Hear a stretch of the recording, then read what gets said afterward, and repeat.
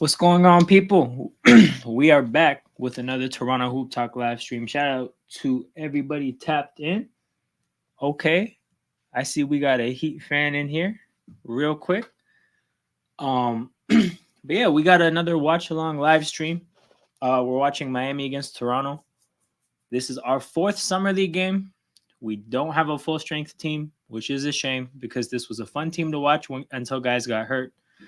Shout out to Dane Haywood. We got a guy out here repping a summer league team in the other team's territory. So that's some real dedication right there, Dane. That's real dedication.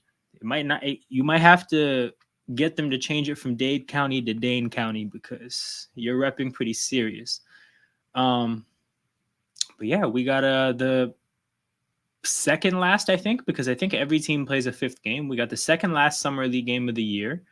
We're not at full strength, and I think Miami is the kind of organization that would be able to put together solid summer league teams. So, given how things went against Utah, don't expect this to go great, but we're gonna be here to watch it regardless.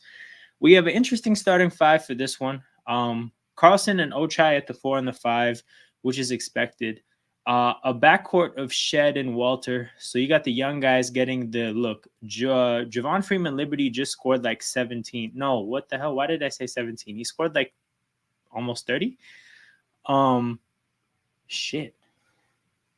But yeah. Scored almost 30. Not starting in this game. Not starting for this game. So I think that's a pretty clear pivot to get the young guys some run. I mean, obviously on merit, he earned the opportunity to play, but he's not getting it. So it's a clear pivot to giving minutes to guys who I guess are more like seen as future assets for the Raptors because you got Shed and Walter, the 2 draft picks starting in the backcourt. And I say all that to lead into Jamison Battle is the starting 3. The guy who just got a rookie, undrafted rookie, who just got a training camp deal for the Raptors, he plays. So we have an interesting lineup. Is K Johnson playing for Miami? Bro, I am not familiar enough with who Miami's players are to be able to tell you. Let me look at the box score here. He's not in the starting lineup. So I don't think so. Let's go Gamecast. But yeah, 6-0 for Miami early. Not a whole lot has happened thus far that's not expected. Some sloppy play by the Raptors, but that kind of makes sense considering who we're playing. Jacoby hasn't really been able to risky pass from Battle. Jacoby hasn't really been able to get it going. Shed's game isn't really that of a guy who's going to carry the offensive unit. He's just going to like set the table for guys. Corner 3 for Miami, up to 9-0. Battles, again, just like somebody who's going to capitalize on looks that are created by others. Carlson's cool. Ochai, we know, is going to do a whole lot of nothing. So it's going to be a rough day. 11-0 early from Miami. Raptors got lucky if he ain't playing. You could say that. I mean, saying that to a team that you're up 11-0 against is pretty funny. But yo, we just haven't been a good team without Grady and Mogbo. Now, as is, Carlson not looking great at the rim there. Definitely. We got a lot of Heat fans in here, though. I'm a bit surprised by that, but you guys seem to be excited with your Summer League team. What's your record? Are you guys going for the semifinals? That will be good to know if Miami's actually playing for something, because Lord knows we're not playing for anything. I guess once we got eliminated from semifinal contention, it just became about giving Raptors rookies the minutes.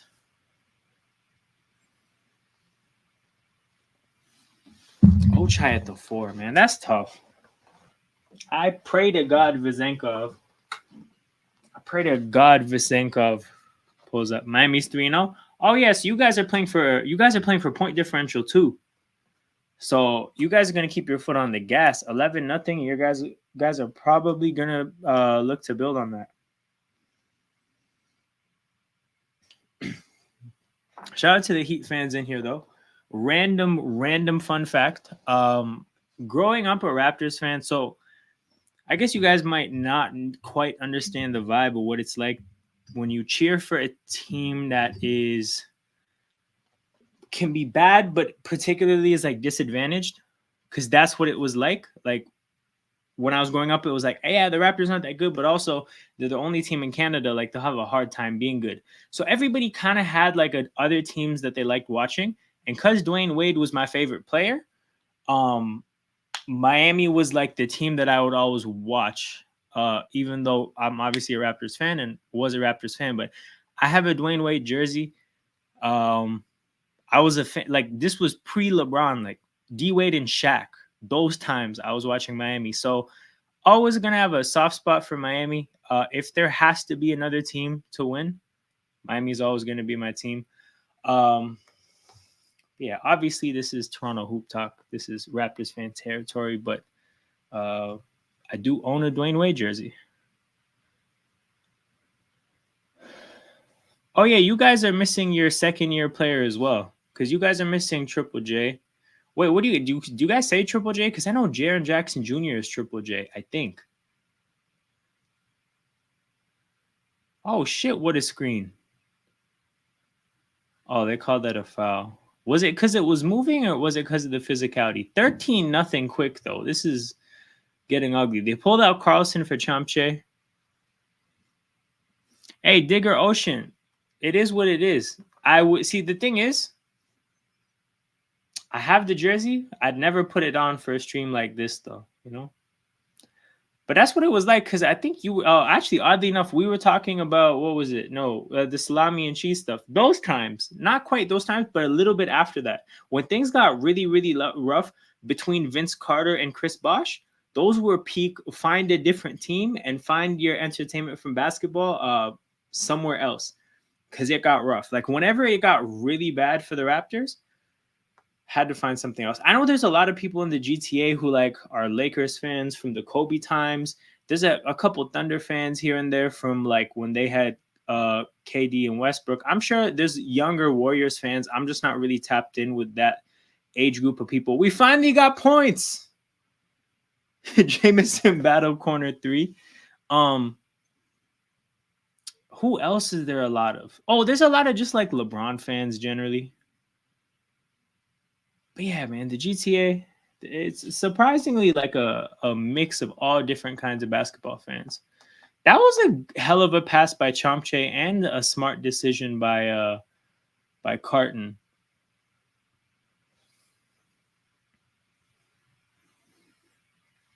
But yeah, shout out Daniel. Shout out AJ Byte. Got all the Sarcasm City people in here. Daniel, is there anybody else on this Heat Summer League team that I should be watching for? Because I know the main guys. Like I know about Ware. I lied. That might be the only guy I know of. That might be the only guy I know of. Let me see who else is on this team. Box score. Wait, is this Josh Christopher, like the guy on the Rockets, Josh Christopher? They got Jay Butler Jr. That's hilarious. They got Jimmy Butler's son on the team. That's crazy. Everyone talks about Bronny. Nobody talks about Jay Butler Jr. on Miami.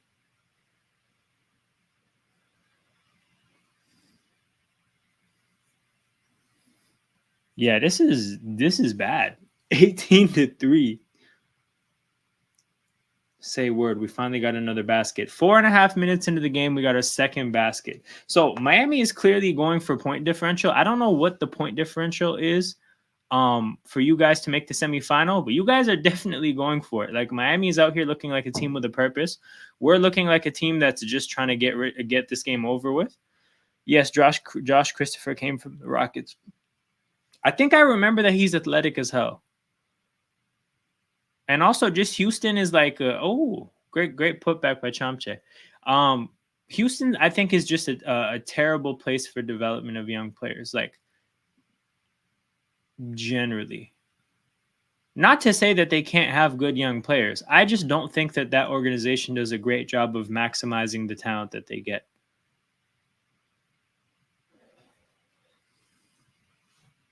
Yeah. See, I think that may have been what I was thinking of, but I just remember that he's athletic as hell. Somebody might get postered.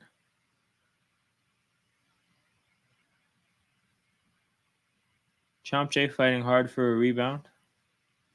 But yeah, I wonder, any of the Heat fans in the chat, do you guys know how many points you guys need to make up the point differential? Shout out, Sheik. Everyone, make sure you guys tap in. Hell yeah, and on his channel too. You can click his name. It'll take you right to his account. And make sure you guys show him some love too. Then we have the Sarcasm City faithful in the chat, rolling deep. Appreciate you guys.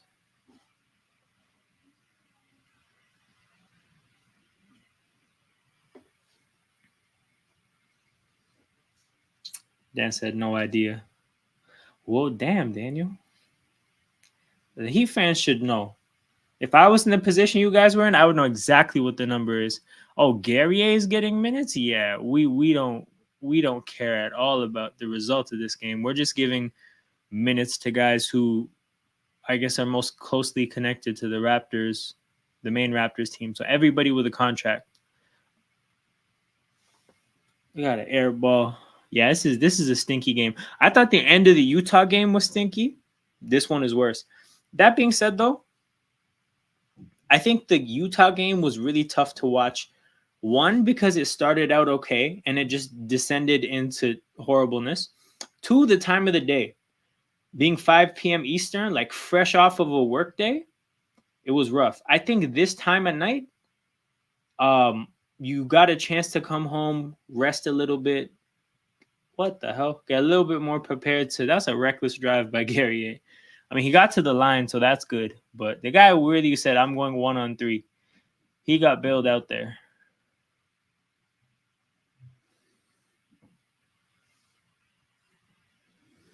So just finished my 25th birthday just over 2 hours ago. Chill talking about ball life couldn't be better. Man, congratulations. Happy birthday.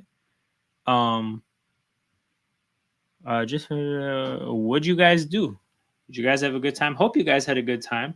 July 19th, that's still cancer season, right? Shout out to all my cancers. I myself am a part of the gang. Oh shit. Man, Miami's good. I mean, that was a terrible pass. Yeah, but they're out here running plays and shit. Our offense looks very stagnant.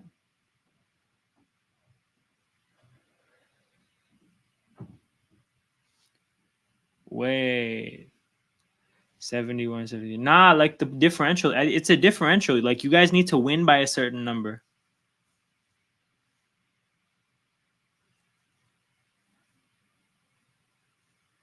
Yo, Miami is deep in the chat. So we got Dane Haywood, Nanya. That's 2. Daniel is 3.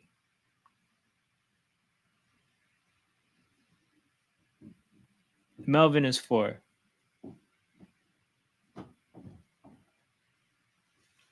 Oh, this is a great topic. Bro, we need off-topic stuff in this stream. This is going to be a terrible game. May as well just talk about. What do you think about DeMar move to Sacramento? I know you rate him. I feel like we need more squad. Want to get rid of Federer ASAP. Okay, so I like DeMar a lot as a player. Obviously, a huge fan of the guy.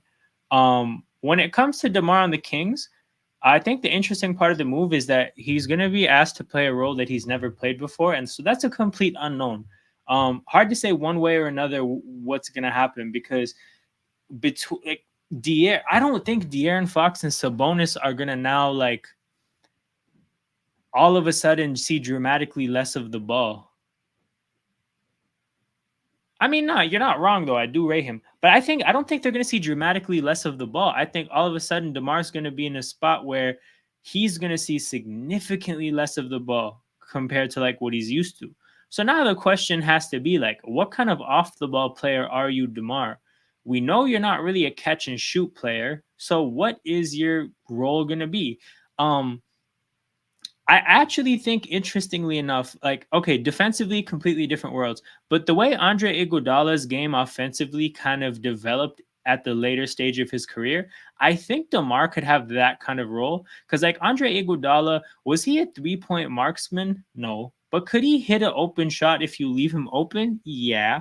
I think DeMar kind of can fit that, right? But if you really look at what Iguodala was, it was like he was like a secondary creator off the ball, looking to cut, looking to move, get the ball, move it to somebody else. I think the creating the development in his like skills as a creator that happened in San Antonio, I think that's gonna kind of help define what his role is going to be off the ball. So I actually think like late career Iguodala, but better. Like he's a better player, and he's not that old right now. Um, I think that's going to be kind of what his role is going to be in terms of what that means for Sacramento, right? It's just tough because the competition is unreal. Like the West is a really good conference. There's a lot of premier elite talent. And at the end of the day, it's still about Fox and Sabonis going up against your Murrays and Jokic's um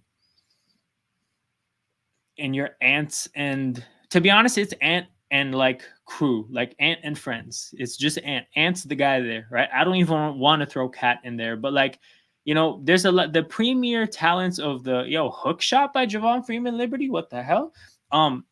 That's gonna really define things. Like I just don't know if DeMar pushes the needle a lot and much. Like it makes them a better team. That's cool. Do I think it really makes them more of a contender? Not really. Now, then you have to take a step back and really like think to yourself, like, what is the goal of an organization like Sacramento? I think that like if you're Sacramento, you have to try your best to take steps forward. Maybe you can't be overly critical that they couldn't land a superstar to really make themselves better. They got a little bit better, but at the end of the day, the top of the West is the top of the West, and I don't know if they got any closer. So it's tough. He have the highest point, so they should make it as long as they need to win by at least 3, depending on other teams. Oh, okay. Oh, they're safe then. They're up 20 right now. Wanted to my watch Alonde Williams dunk Mavericks. Oh yeah, that dunk was crazy. That dunk was crazy. Fox towards the end of crucial games didn't show up. Okay, so maybe that's where DeMar's role is. Like maybe DeMar kind of takes a backseat until the fourth quarter. He was dubbed King of the Fourth at some point, which seems kind of weird because, to be honest, I don't think he was ever a good fourth quarter player for the Raptors, or like a standout fourth quarter player. That is kind of something that developed. So maybe he's gonna kind of take a backseat and then really like come into his own in the fourth quarter. But I don't know, man. It's just like it's a really tough thing to give real concrete answers on because it's so different than all his other stops in his career. He was the man in Toronto, and then he was the man in San Antonio, and then he was the man in Chicago, and now he's the third man in Sacramento. What I would say though is that like a big part of what DeMar's game is, or sorry, a big part of how DeMar impacts games is his defense being terrible, right? Like a big part of the reason that the Raptors had a cap when we had DeMar was his issues defensively. Big part of the reason San Antonio and Chicago could only go so far is that the best player who has to be on the court had issues defensively. The great thing I think about the Kings is that I don't think the Kings give a fuck about defense at all. So you fit right in, right? Like oddly enough, his deficiency I don't think is going to be that big of a deal because that's not really what they're built to do. The Kings are built to just outgun you, and they got another gun. So that part of it's cool. That part of it's good. Yeah, I don't know, man. Like all things considered, good move, but you just have to keep things in perspective. And you guys have Monk too. Yeah, you guys are just like in a really good spot to score a shit ton of points. What happens after that? I don't know. Bro, we got what? A moving screen? It is 29-7. It is 29-7. This is really truly disgusting stuff.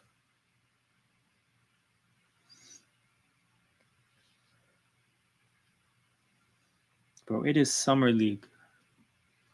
And even by Summer League standards, this is a rough watch. But yeah, shout out to everybody tapped in. 14 people in here. Make sure you hit that like button and subscribe to the channel. Those are really two important forms of engagement for the growth of a YouTube channel. The main way you can help me is hitting the like button and subscribing to the channel. So if you appreciate what's going on, that's your way to show your appreciation. Show your appreciation to me and all my friends. Occasionally I do content with other people that do content. This person here, right? Chic TV. Run up his numbers too while you're here. What else was I gonna say? As dead of a game as this is, feel free to put any comments and questions broader than this game.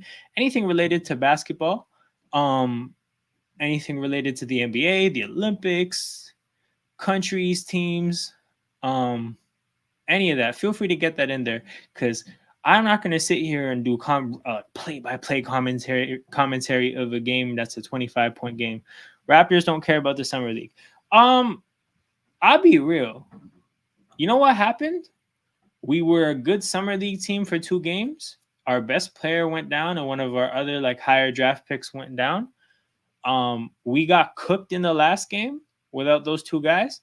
And then once we got eliminated, we just turned up today and said, you know what? All the rookies get to play. Our highest score from our last game didn't even start. So I think that shows you the intention pretty early. How are you feeling about the Raptors overall in the moment? I feel okay. I think there's a couple of trades to be made. I think there's a couple of vets that we don't need. And I think halfway through the season, you'll probably see the trigger pulled on those trades. And then once we really get those guys out of here and we get a roster full of young players, I think that'll be a good time. I think the goal for this year is going to just be to identify everything you have in terms of the young pieces. So however good or bad guys are, I think the goal should be to find out exactly what they are this year, so that this time next year you can really chart your course for how to get better and how to get to where you want to be. So that's why my biggest issue last year was I felt like the team had no direction. And what I just really wanted from last year to this year was to get direction. I think we've done really well to take strides in establishing a direction, and I think we will have one this time next year. So I'm happy about that. What's your thoughts on the Canada and USA team so far for the Olympics? So you know that the USA team is good. I think the introduction of Joel Embiid is a little bit awkward, just because these guys on the USA teams have been playing together for not meaningfully, because obviously they play on different teams, but they've been meeting up at USA camps for a while. He kind of just turned up, and I don't know. I feel like the fit is a bit awkward just because they're not used to having to throw the ball into a center like that. Because even guys when you play a guy like an Anthony Davis, especially on the USA team, he's not particularly aggressive about getting the ball in the low post or anything. So that's kind of a new dynamic to their team. But obviously I think they're gonna get gold. They're the best team on paper by far. Bro, Steph with a short 3-point line is ridiculous. Absolutely ridiculous. So yeah, that's just not gonna go well. As far as Canada goes, I'm super optimistic. The team looks really, really good. Bigger than being good, I think the team makes sense, right? And it couldn't have worked out a better way, because Shea is the bona fide superstar, MVP caliber, amazing number 1 player, right? And then our second best player is Jamal Murray. Now, I think there's a timeline where Jamal Murray gets drafted by a really shitty organization, like a team like a Charlotte or something, and he becomes their best player. Oddly enough, he could have got drafted by Charlotte and been their Kemba Walker. And then if you end up being a Kemba Walker, you don't get used to playing with other players and playing off other players and really playing as a part of a team. You kind of get used to being a superstar. And I think if that were to have happened, Jamal Murray and Shea maybe don't actually play off each other well as a number 1 and a number 2. But because Jamal Murray plays on the Denver Nuggets with Nikola Jokic, he's actually used to being a number 2. So we have Shea and SGA. We have SGA and Jamal, 2 really great players. but more importantly, two players that are actually compatible. So that part's really important. And then you start to fit together the other pieces around them. Even a RJ Barrett, right? Whatever you think about him, he's actually much better suited to Olympic play or like international basketball. I watched him in the FIBA last year, and I was like, bro, who is this guy? This is better than I've seen. This is a better player than I've seen for the Knicks ever. And oddly enough, when he got traded to Toronto, he started like it's almost like he built off what he did with Canada. But like RJ Barrett is like again a good international basketball player, but again also not like used to being a superstar or a number one option. So it's like all the pieces fit together. They play well together. They've been like practicing together consistently for the last few summers. I'm really encouraged, man. I think they beat France today, so that's a really really big test. They were competitive against the U.S. until the fourth quarter, and I think that's more or less just going to be the story of playing against the U.S. Bro, Miami's up 30. What do Miami need to get over the line? I think we're the sixth best team in the East. A superstar. Because the thing is I think Jimmy needs to be given the luxury of. Did somebody throw a basketball on the court? That's wild. I think Jimmy needs to be given the luxury of not having to be relied on. So I just think that they need some, like they almost need to think of him as a number two option, even though he's not. He's clearly a number one. But you got to just like at his age, give him an opportunity to chill until the playoffs. So that's just what they need because to be honest, I think I like a lot of their pieces. If you think about it like this, right? Superstar number one, Jimmy two, Bam three, and then you look at all their like heat culture ass role players fit around that. Like that's a great team. It's just a matter of how you get that superstar, but that's what they need. We got 10 points 12 minutes into this basketball game. And we just got our 10 point, like we just got a 3 to get to 10 points. It was just at 7. But yeah, it's just tough because I think Miami is in a situation where if you think about everything I just said, the piece that I didn't include was Hero. So like what player can you get for Hero and draft picks? Like I don't think they actually have a route to getting that superstar, but it's clear as hell what they need. So you guys tanking for Cooper Flag, or do you have too much have? Oh, we cannot tank for Cooper Flag unless guys get hurt. If Scotty Barnes gets hurt, we might be tanking for Cooper Flag. But nah, man, we have too much talent. Silver medals. Shout out to Kemba Walker just for Tad. Underrated. Yeah, bro, underrated player for sure. But again, Kemba, I think Kemba is just a player that fell victim to getting drafted by a dog shit organization, right? Because this is how I look at it. Like guys like Kemba and guys like Karl Anthony Towns and all these like really, really good college players that falter as number one options in the NBA. I think I look at it like you guys were only given the platform to be a number one option because you were drafted high by a really bad team. And that's why they were picking high in the draft. So now you just have to be a number one out of circumstance. So you get used to playing with the ball for so much of the game. You get used to being a ball dominant player. And then eventually when it's time to actually win meaningful games, you're not good enough to carry. And you're not really used to playing again off the ball, playing off of a superstar. You're not used to playing in like as a part of a team. So now you're almost like just not an impactful player when it comes to winning meaningful stuff. So I think that applied to Kemba for sure. I think if Kemba was drafted to a situation like Denver, like basically if he was drafted into Jamal Murray's situation, I think you see a much different player, even in terms of how he's developed. I think Cat got caught perfectly at the right time. He got caught perfectly at the right time. I think Cat was on the same kind of a path as a Kemba Walker. Oh, Jacoby's just out here chucking. He hit 1-3 and he just started shooting. Daniel and the other Heat fans, KD. That would be awesome. I mean, if they got KD, that would be awesome. But what do you like? What has to happen to Phoenix for them to consider that? Like, knock on wood, it doesn't happen. But damn near, you'd have to like something crazy would have to happen to Devin Booker. Like Devin Booker's contract would have to be seen as a bad contract for some reason for them to blow that up. I think. So I don't know. I don't think so. I want KD. If Pirtle gets hurt, I agree that if Pirtle gets hurt, we would that would be a huge hit because it was last year. We actually kind of looked like a competent team, and then Pirtle got hurt, and then everything fell apart. So I agree that he would really have like he would be a big loss. But I still think if only Jakob Poeltl's hurt, we still can't tank for flag because the bottom of the NBA is ridiculously bad.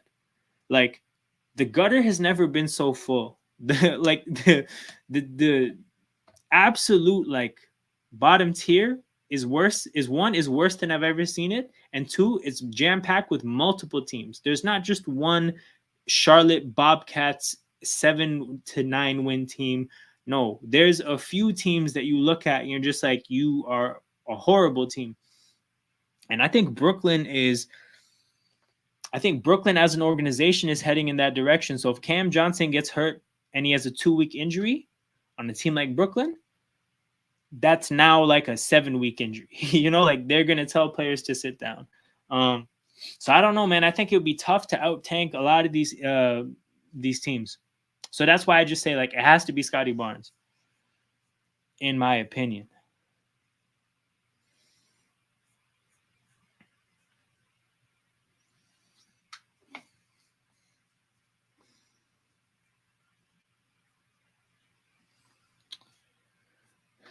Yeah, tank for Raptors means being 7th. Oh yeah. Yeah, that's the realistic low that I think the Raptors could get to is 7th worst.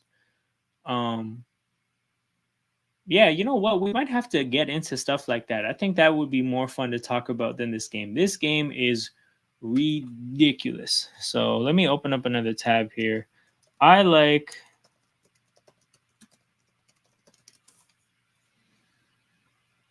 looking at Basketball Reference.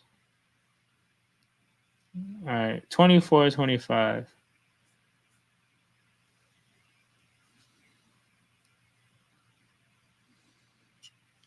Wait, there's projected standings? Is this based on Vegas's over-unders?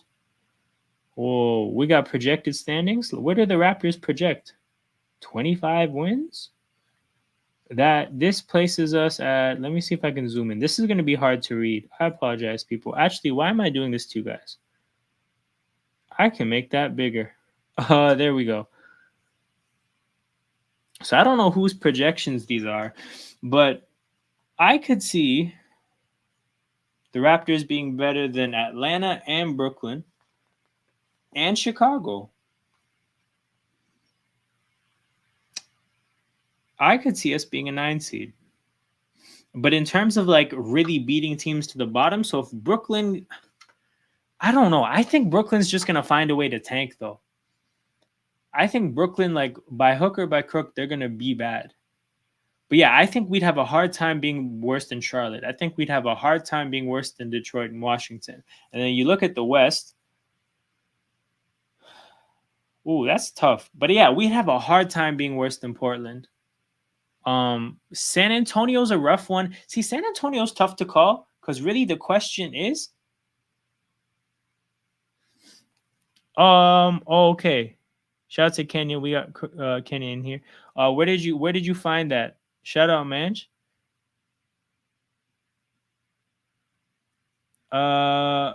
This is just a Basketball Reference. I fumbled around, like I somehow found this. I'll throw it in the chat real quick. Okay, see, but the thing is, Kenyon, bad is a relative term, right? So put a number on what is bad in terms of like placing in the lottery. Like, can we get to the 4th worst team in the league? Did that link actually successfully get posted? It did? Wicked. But yeah, people, the Raptors are down 35 in a summer league game. Less than 15 minutes into a game. 14 minutes and 45 seconds have elapsed, and it is 49-14. I think that this is a historic summer league loss, but I don't have no way of knowing. It feels really bad, though.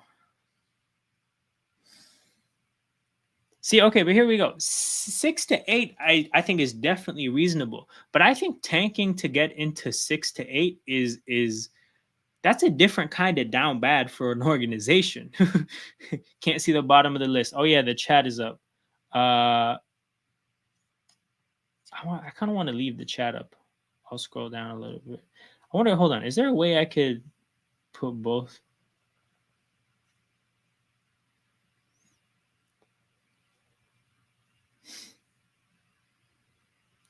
Wait, is this from this year? No, this is 2024-25. I'm not tripping, right? But it looks like last year's standings. Yo, it's exactly last year's standings.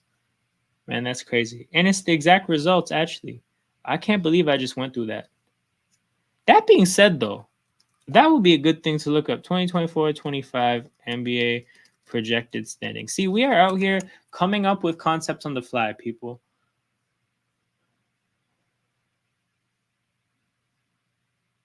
Hell yeah. Sportsnot.com. Projection. Is that visible? No, I know I can delete it from the screen, but I want to leave a comment up there. If you would click on my comment, they simulated 10 times. Yeah, but bro, weren't those all just the records from last year? Because they had Memphis projected at 27 wins. That's how I know that it's from just last year's. It's just last year's standings. Because you can't project a 25 game suspension. But yeah, we got Boston here, New York, Philly, Milwaukee, Indy, Cleveland, Orlando, Miami, Raptors. See, I feel like the Raptors at the 9 seed makes sense. I have a really hard time. I actually don't think it's feasible we crack the top 8. Like, assuming things go normally. Like, of course, an injury could put us in that situation, but I'm talking about just the team, like everything goes how it's supposed to. I don't think we could crack the top 8. I think 9 sounds pretty reasonable. I think if we're worse than 9, something has to go wrong for us. Yeah, we cannot crack the top 8. Bro is posting the score like we don't know. That is hilarious. Shout out Dane Haywood. Shout out to everybody in here. 18 people watching live. Make sure you hit that like button and subscribe to the channel. We may barely even crack the top 10. Okay, see, so I think this is the point that needs to be made is there a write-up on the teams that don't make it? Whatever. Okay, so this has Charlotte at 10 and Charlotte at 10. The bottom 5 teams would have to be Detroit, Washington, Chicago. Who am I missing? Detroit, Washington, Chicago.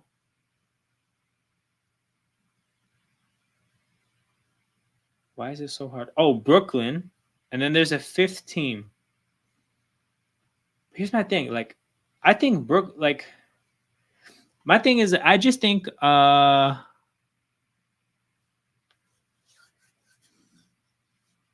yeah, I just think we're going to get out tanked too. That's the other thing. Like, if you think about the Washington Wizards, when it's time for them to pack it in and lose basketball games, they're going to be the biggest losers. You know, like, shout out to that TV show that used to be on TV, The Biggest Loser. We'd have a hard time being the biggest loser.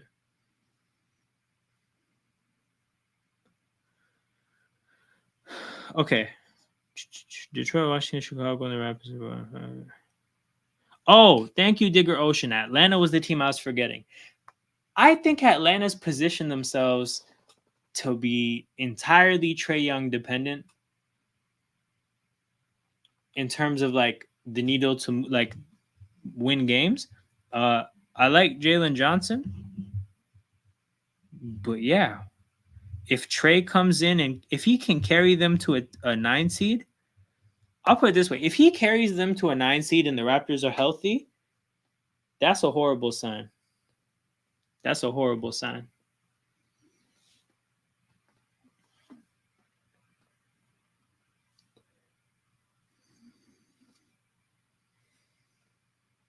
But yeah, what do they have in the West?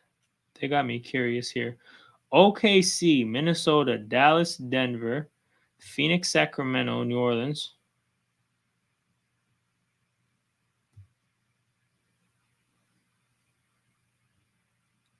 New Orleans, Memphis, Rockets, Lakers. Damn, the Clippers. And of course, I don't think they belong above these teams. I mean, maybe the Lakers, but like, damn, the Clippers. You know what's funny? I think this year, even if Kawhi is healthy, I think it may just not make sense to play in those games. Kawhi might get to a point where, like, does it even make sense for you to suit up? Trae Young is just good enough. He has carried his team far enough before. It's true. It's true. I guess the thing to consider with Atlanta though is like if they look like they're not in a good spot, at what point does Trae Young request a trade / demand a trade? Because let me see his contract situation. Trae Young contracts.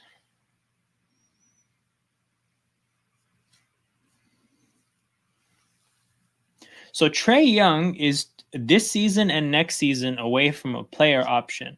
So a thing to think about is that if the Hawks are in that territory of 11 seed, 12 seed, if the Heat puts that trade request in, I think they're in a really good spot to make that trade. You just took a guy number 1 overall. You have Jalen Johnson. You don't have draft picks.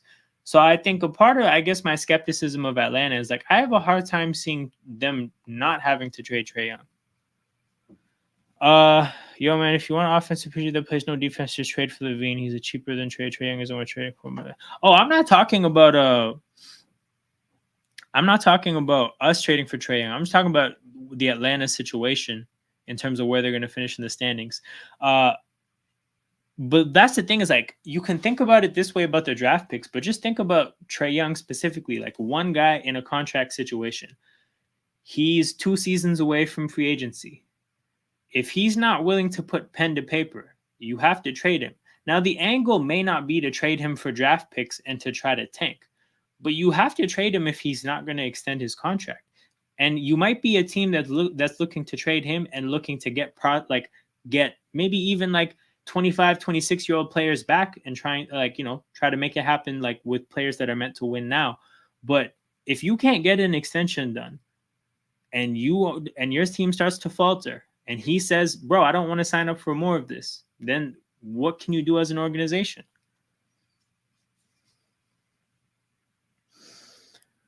Hawks not tanking games first two. Based on the bottom 5 of the East, remember, Detroit got better. Charlotte will get better by being healthy, so starting there alone. Yeah, okay, but again, like relative terms. Do you like a Trae Young, Darius Garland kind of trade? That's an interesting thought. Shout out to that Canadian. That's an interesting thought because in terms of what I was talking about with Atlanta and maybe having to trade Trae Young because he doesn't want to resign, but maybe wanting players that are ready to play, Garland kind of fits what you would be looking for. But from the Cavs standpoint, like Trae and Donovan, here's the thing, right? I don't think Trae and Donovan make sense personally, but I can't sit here and say definitively that NBA GMs are above doing it. I can't sit here and act like every time an NBA GM makes a trade that it makes good, perfect, logical sense. No, NBA GMs do wild shit all the time. So like I can't sit here and say because something is wild that it could never happen. Like I have to entertain the idea of it at least. Like I think Trae Young and Donovan Mitchell is wild. Like I think that defense would be insanely bad. But bro, somebody would do it. One of these GMs would do it. Chicago doesn't outright own their pick. No one will trade for Levine. It's difficult to trade, even 20 will make them better than us. Reality is Trae Young will be in an Ingram situation where no one's willing to give him a max or super max. So we have to settle the Hawks because they can offer the most. Okay, I actually like this angle. I didn't think about it this way. You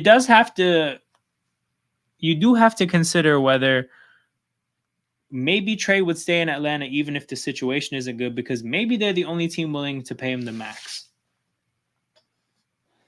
That's an interesting idea. With Grady, IQ, Bonds, and RJ, that's not the kind of reason we defend. It's painful. Just go back and look what other teams are scoring on us. I agree with this. I don't think we'll be able to defend with that lineup or defend generally, to be honest. But are we sure Grady's going to start? Like 1,000,000% sure? Not that I'm suggesting that the other options are like significantly better, because I think starting Bruce Brown comes with its own issues. But are we entirely sure that Grady's going to start? Hey, Dane, I really respect that you went from this to add the Raptors scoring 3 points. Because to be honest, bro, I just wouldn't expect you to be like, you know what? Let me update this with Raptors points. But I really respect that. Detroit being better will not win 14 games or whatever. Remember, we are barely fielding competent NBA players. Yo, these summer league games, Raptors is a reflection of the coming season with most of them off the bench. Okay, cool. Actually, let's look at the Raptors rotation and what they might put on the court.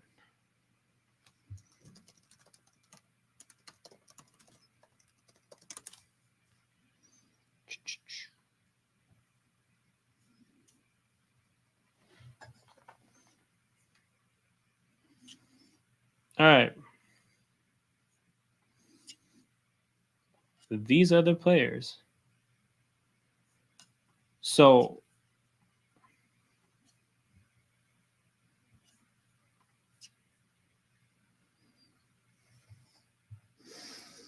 coming season, most of them off the bench. Everyone turned into Ochai Baji. That's hilarious. Okay, cool. So let's look at rotation guarantees. JFL, hell no. Battle, hell no. Chomche, hell no. Quickly, yes. Temple, hell no. Mogbo, hell no. Shed, hell no. Jacoby, hell no. Carlson, no. Olynyk, bro, I'm 2 players in. Like, I have 2 yeses so far. Davion, I think, is definitely going to play in the rotation. That's 3. Vezenkov, hell no. He's not an NBA guarantee. Pirtle, 4. Bruce Brown, 5. Grady, 6. RJ, 7. Wait, did I miscount? 1, 2. Wait.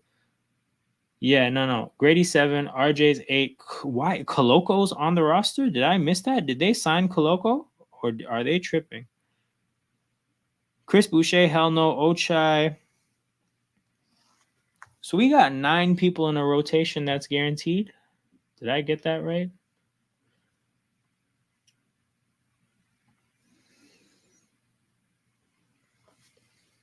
So yeah, Scotty 1,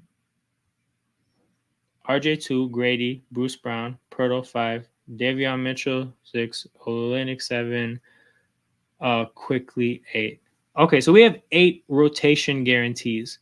Of the rotation guarantees, you got Scotty, RJ, Pirtle, and Quickly are your guaranteed starters, and then Bruce Brown, Davion Mitchell,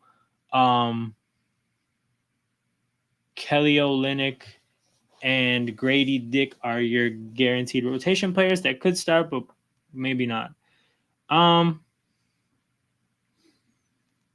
If you look at the fringe guys, I don't think Jacoby's ready. Like, I don't think he'll play in his rookie year. I don't think Shed. I think Shed. I don't think the role is going to be there. But also, like, I don't know. I think he has to hit shots. My concern with Shed is I don't think he makes shots at a high enough rate for his like size and skill set. The fringe guys. I think Ochai is garbage.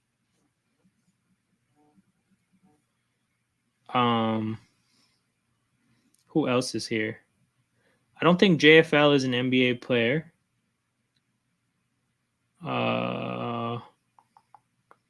Yeah, Carlson. It's not a lot of fringe. Yeah, Boucher's not going to get run.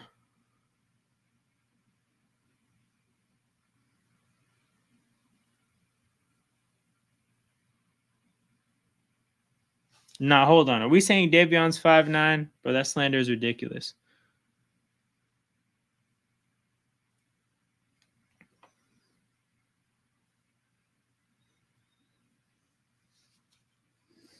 But that being said, with Jacoby, is there not kind of like a precedent for just saying like we did this with Grady last year? Like we didn't play him, and then we played him in the G League a lot, and then we sent him home to work out. Oh, by the way, when they sent Grady to go lift weights to put on muscle last year, I cried because I was like, this is like Bruno Caboclo PTSD. When they took a guy, you know, middle of the first round ish, and they told him he has to work out and to put on muscle, and he couldn't play as a rookie.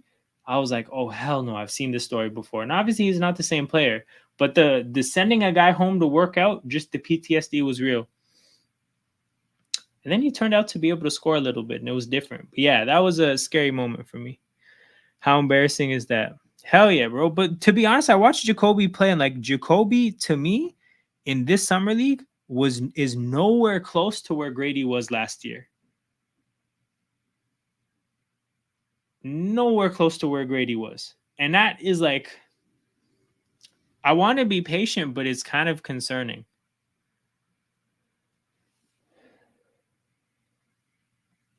The developmental coach can't get a guy ready for the season, takes half the season to learn to have the movement shooter come off screens. Darko's going to give the young guys one like Matt FC Baji mentioned back of rookies, but also get to develop. People, do you think people hated on the Darko hiring? Thing is, I don't think people actually hated the hiring. I think people more started to develop some criticisms when the season happened. I think people like I wouldn't say people were happy because I think everybody wanted Jordy, but I think people were like, whatever, we'll give the guy a chance. I'll put it this way: I think people were open minded, and then I think things started to happen, and the way the defense looked, I think concerned a lot of people. I think just the way the whole setup of everything looked, like in terms of just like how he is as a person, how the team looked on the court, kind of like the lack of like, it just seemed like a very undisciplined team. That was concerning. I think, and this is the thing is like, I think this is the thing that really like stops people from going all the way with their criticisms of Darko is the fact that like what we had like 35 players play for the Raptors last year. But yeah, I really think that this year it's whatever you got, it's got to happen quickly. We're handing you a bunch of young players. You're seen as the development guy. We need you to show up. We need like the results of your coaching to show up quickly. Him running dance into the starting line for 25 until the media was Of course, man. Bronny's as a concept is bigger than the whole of summer league. I hated the hiring process and I didn't like him saying we would run Precious as an offensive hub. Oh, that was terrifying. And then what them talking about Ochai as a 4 was pretty terrifying as well. When I saw that the quotes about Ochai being a 4 and being like a roller and like a secondary creator, I was like, oh no, they're not cooking up anything. Precious, Jalen, Barnes, Boucher, thinking that was going to work. Raptors' hope on defense hinges on Darko turning bad defenders. But that's the thing, though, is like, what in the NBA can you do to develop a player's defensive ability? I think defense in the NBA is a lot about things that you either just have or don't have. Like, I think it's like lateral quickness, you just have or don't have. Being able to like be locked in and concentrate, I think you either have or don't have. Effort level and just like tenacity and aggression, I just think you have or you don't have. And um, that's it. That's my thing about defense where, and I think that's a part of the reason that the Raptors kind of tried to build the team that they did before this team.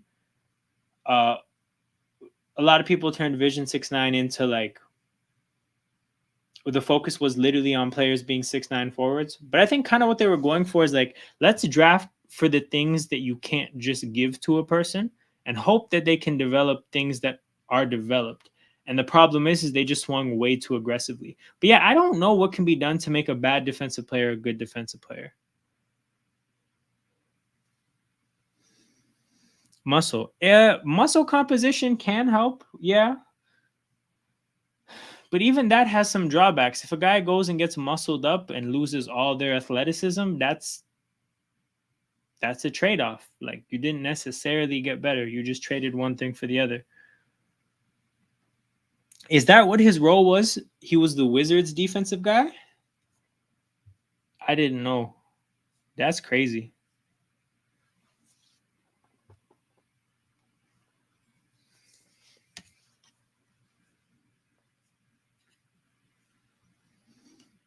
Yeah, because Wizards and defense never go together.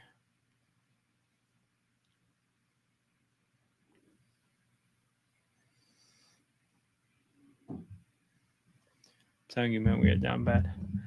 But the thing is like everything we're saying, right?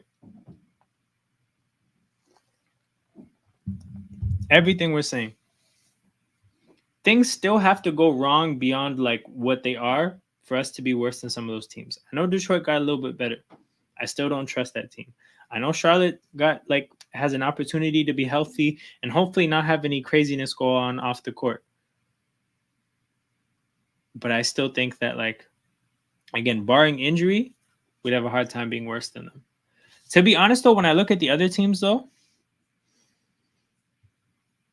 I think Chicago needs to actively tank to guarantee that we can't be worse than them. I think Brooklyn can be better than us if like, they have to actively tank as well. I just don't know what we have to like, and this is my thing too, is like Quickly and Scotty specifically, they got to get hurt because they have to not play. Because I think the Raptors are gonna want them to or give them every opportunity to pay to at least make the contracts look good.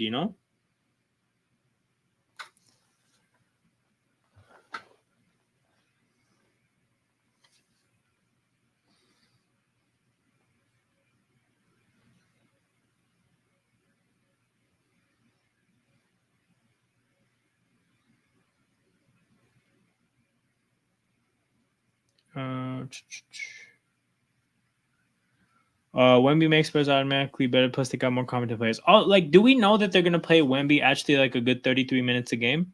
Because that's a big part of the Spurs last year. Is that like actually not that bad of a team when Wemby played? Wemby was just playing like 27 minutes a game. Tank race will be way closer than you think. But then, didn't you also put 6 to 8 as your range? Did you listen to the low post review? Nope. Look, Detroit got better. Blazers got better. I still think the Blazers are going to be worse than us. Grizzlies 100%. Grizzlies 100%. I think the Bulls are better than Raptors. Let's. What are the Bulls putting on the court right now?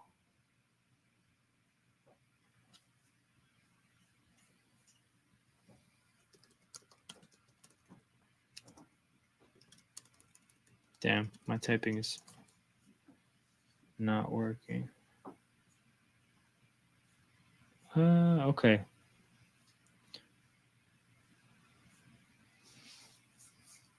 Wait, this is just the Bulls from last year, but swap out DeMar for Giddey? Like DeMar and Caruso for Giddey? Nah, man, this team's not going to be better than us. I'm not buying it. Hornets with a healthy DeMelo. Bro, here's the thing. Like, we can look at the upside of the Hornets' young players. I just don't buy it with that organization. Like, that's a team that has, like, they have to show it to me before I'm going to believe it.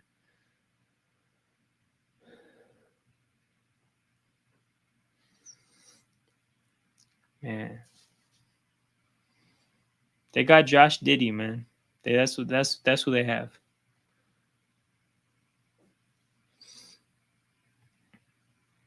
I'm saying that a middling and realistic outcome is we end up 6-8 lotto odds. Middling and realistic. So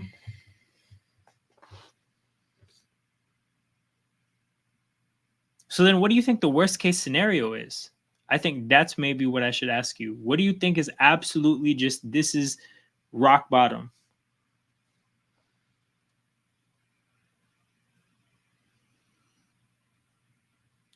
Hey, here's the thing, right? I could go back and look at it, but I still remember it, and I distinctly will remember like it not being watchable. But I think back to talking about Pirtle, because Ocean Diggers brought the point up earlier, like about Pirtle being an important part to the tank. Um, Pirtle is like everything for us defensively. We don't have anything to replace that. And this year, if Carlson has to play, because it's not going to be Chomche, if Carlson has to play, it's about to be rough for us defensively.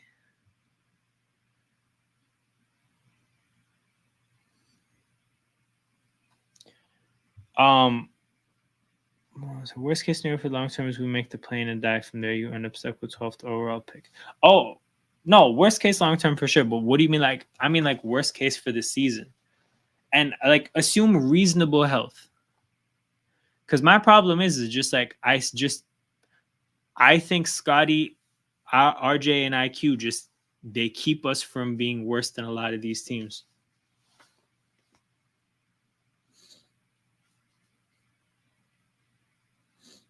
You know what I would say though is that like, and I don't want to read too much into these kind of things, but the future is now shit, the branding that they did when they announced the Scotty deal and the IQ deal, I thought that was a little bit like, at least be open minded to the fact that it might be in our best interest to be bad again. But like I read that and I'm like, I don't think that this is like, I think if anything, it says that they want to leave this year feeling like, oh, we have a young core. And I don't think they'll hand out that much money to Scotty and IQ and then pack it in.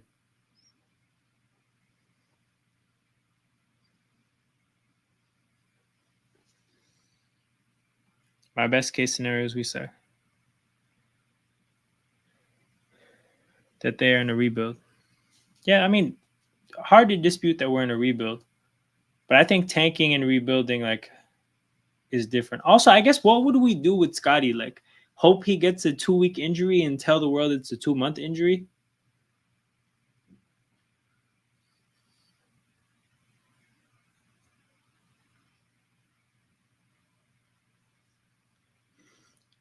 Oh yeah, no, 100%. Like aside from those 4 players, it's looking pretty rough, especially considering like how much of a like how incomplete everybody's game is, right? You look at Davion's game, whatever you identify as the good parts, there's a lot of glaring holes in his game.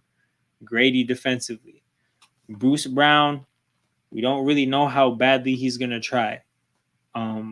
Kelly Olynyk, especially at this age, bro, it's gonna be a disaster defensively. Glaring holes in all those players, and even the 4 players that you put in that top 4, they have their own issues as well. I'll be honest and I'll get hate.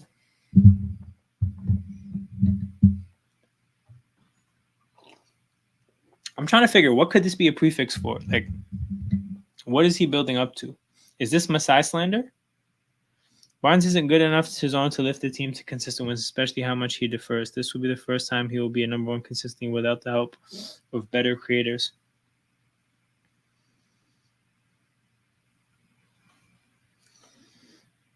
Look, I'm not saying that they won't play hard, won't use to wins because the team is bad defensive. No one can create their own shot off the dribble.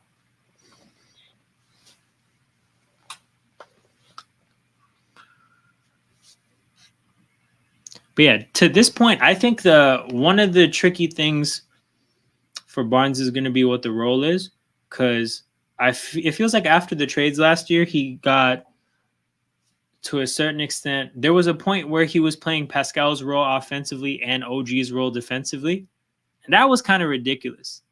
Like you kind of have to expand his roles, like offensively and defensively,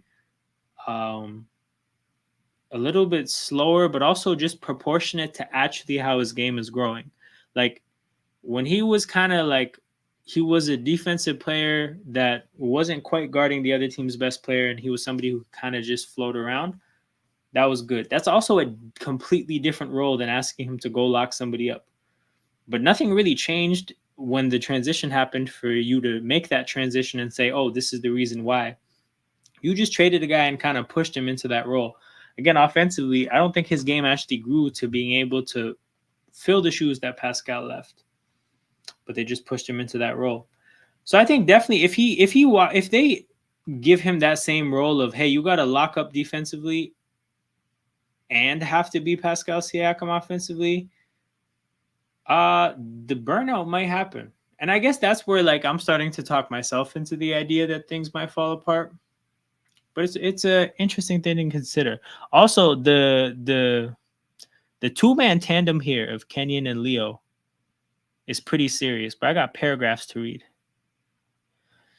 A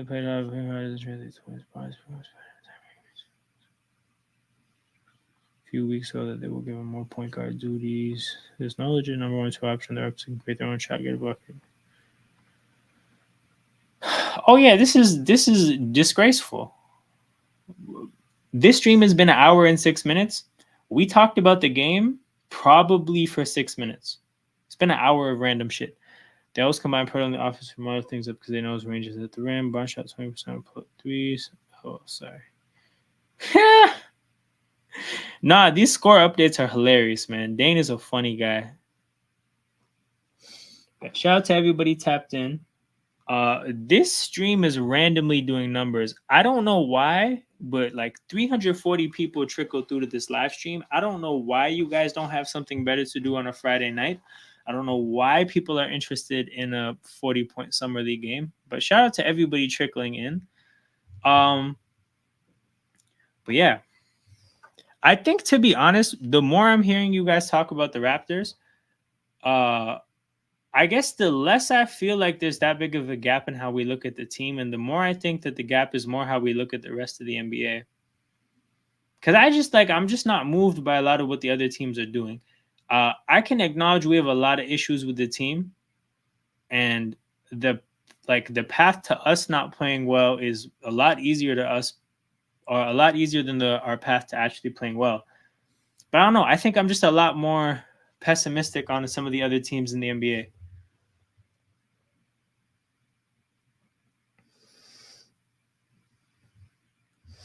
Last year, Porter also showed signs of decline. If he loses a few steps,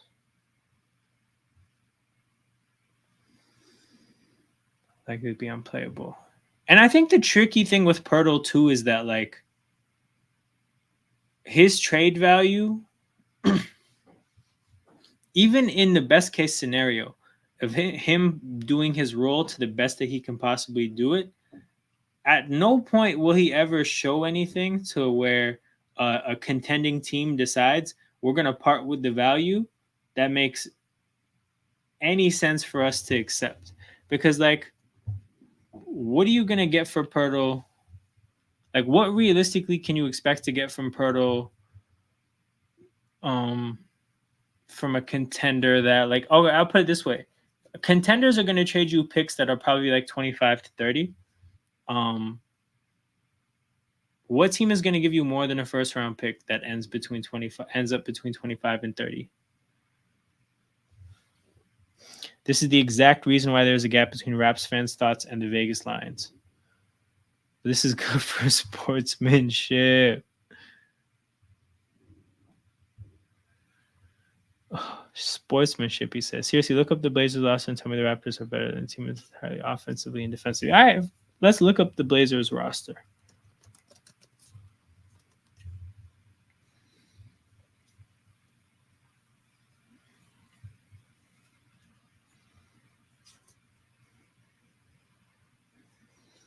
They got Kamara, Klingon, Avdia. They got Delano. Delano was getting buckets too. Jeremy Grant, Thibault, Robert Williams, Scoot, DeAndre Ayton, Simons, and Shaden Sharp. Okay, let me count all the players that I see as rotation players. 1, 2, 3, 4, 5, 6, 7, 8, 10. Oh, you know what's wild?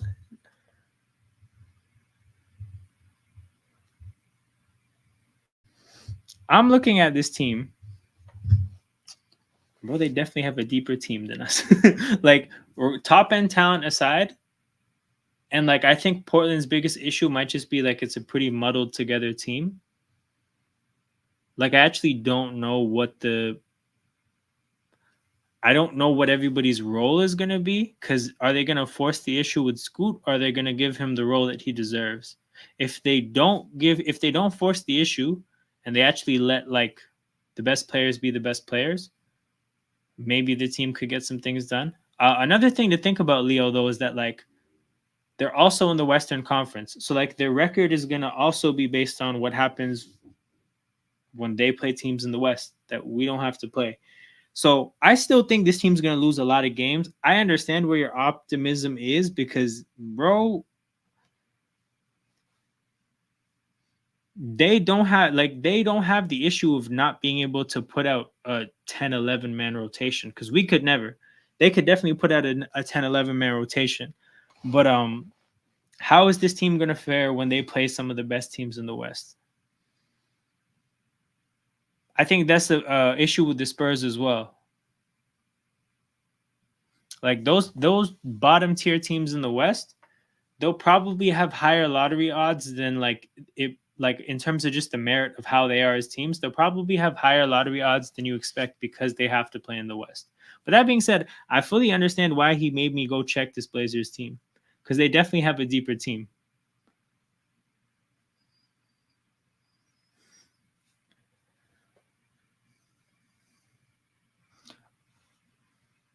Wemby was taking on Joker. So this is the thing though, then like if you expect Portland to have a better record than us, doesn't that have you putting like us in the bottom 4-ish, 5-ish? Like who do you have the teams that are going to be worse than the Raptors? Or sorry, who are the teams that you think is going to be worse than the Raptors?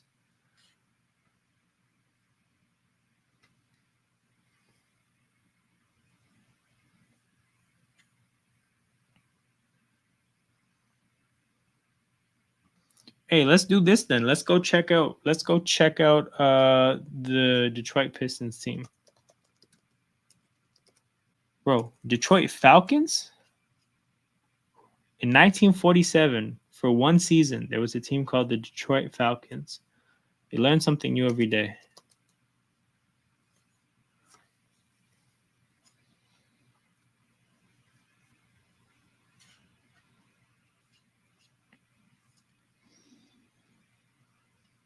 They got Malik Beasley. Yo, Malik Beasley is a tank commander if there ever was one. I'm kidding though. But let's see. Battle makes a corner three, and you know what's crazy? The Chris Paul meme it's happened so many times in this game.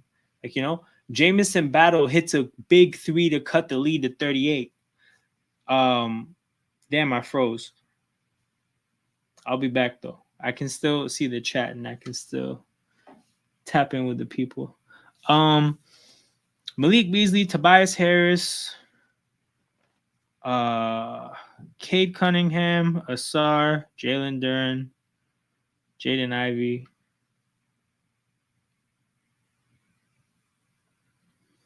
Evan Fournier, Tim Hardaway. I mean, I guess the thing is like Ivy and Duren, those are the guys where if they take big steps forward, then it really changes the team completely. Tobias is going to play his role. Who did they hire as their coach? Let me tap in 1 second.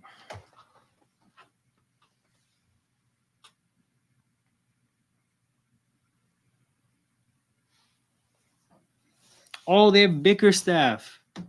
That's a good coach for a young team to have.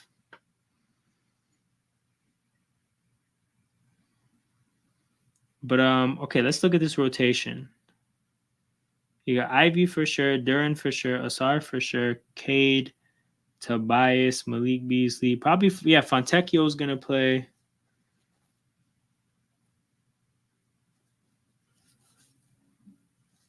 Damn. Okay. Let me check the Nets team because what I am like realizing when I actually look through these teams is I think every team is deeper than the Raptors. So I'm seeing what you guys are saying. Hold on. Do the Nets only have like 12 players? How many players is this? All right. So the Nets have like 14 players. Cool. Ben Simmons, Cam Thomas, DFS, Boyan, Cam Johnson, Schroeder. Damn. Okay. So you know what it is though? Brooklyn. I can see Brooklyn being pretty bad. Yo, Ben Simmons is a hell of a tank commander. Cam Johnson goes down, and I can see this team being pretty bad. But that being said, that's just one team, and they still have a better coach than us.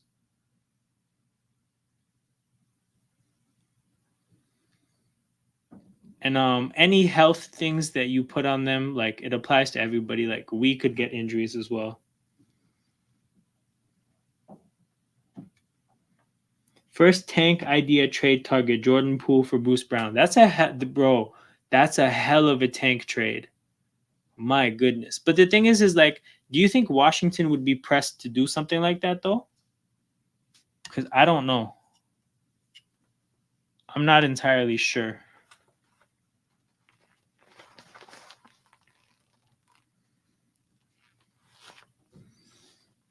But yeah, shout out to everybody tapped in. Make sure you hit that like button and subscribe to the channel.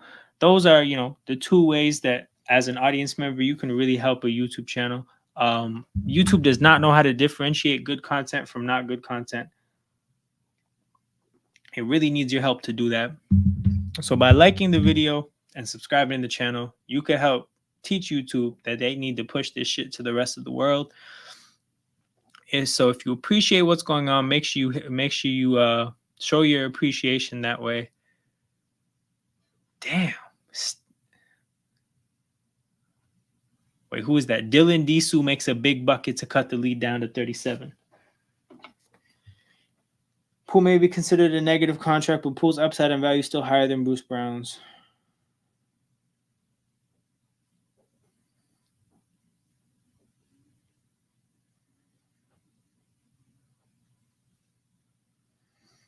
Juggernaut Prime. Yeah, I was gonna say Dane Haywood has the score updates for you.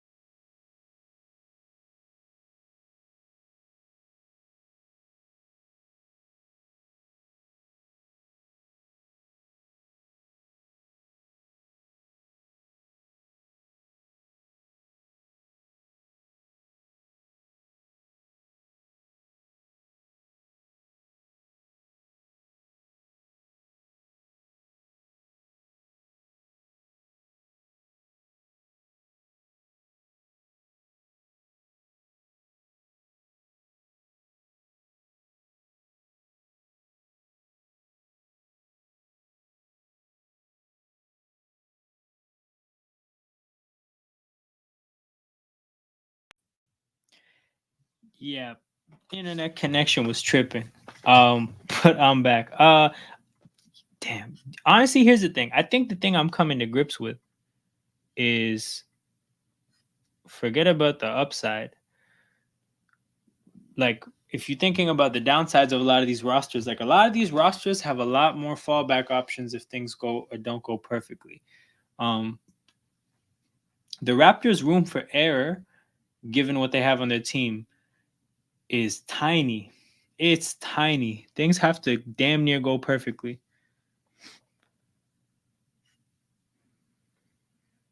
Some of those players will play consistent for minutes for us next year. Who plays more? Chris Bruce here, Ochai. Bro, Ochai, and it's going to be depressing.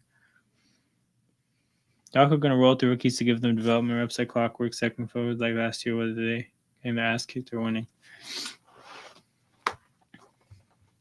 No, this is true. Like, this is the thing I'm realizing. Like, and just generally, like, my kind of philosophy on things as a sports fan is like, I'm kind of less invested in predicting exact outcomes because I don't really think predicting exact outcomes in sports makes any sense. I think it's inherently like a thing that can't be done reliably. But I do actually think you can reliably assess upsides and downsides and best case scenarios and worst case scenarios and kind of really unpack the factors that could lead to all these things happening, whether a team hits their best case scenario or their worst case scenario. And I think the problem that I'm seeing with the Raptors is that, like, yeah, we have one of the tiniest margins for error as a team in terms of the guys that we have. Things have to go perfectly. One guy gets hurt and everything falls apart. A team like a Portland or a team like what was the other team that I looked up? Detroit. They have more fallback options if things go wrong. Barnes gets gassy and it's a wrap. Only way Raptors end up with better records if Darko plays starters 40 minutes a game for the entire season. Now, for what it's worth, I do think that like those top four, like I do think RJ, Scotty, and Quickly are going to get a lot of run. But if they get this kind of run, right, and that gets somebody hurt, then that almost starts the tank. So to be honest, like thinking about the best case scenario of how do you improve the coaching situation and the issue of the roster having like nothing, maybe bottoming out and Darko getting fired might be the way. We have some of the best development in the league. I'm not worried about Walter or any of the other guys. I think Chomsky will be great. But I think it'll take time. Like, even if that happens, it's not going to happen this year, I don't think. Like, when I watch Jacoby, I don't necessarily think that he's going to be playing this year, and Chomche. But when it comes to us having the best development in the league, I think we at some point used to have the best development in the league. I haven't really seen that developmenting the same recently. Hey, think about how far we've come. It used to be 2 years away from being 2 years ago away. Now we have a guy that's 1.5 years away.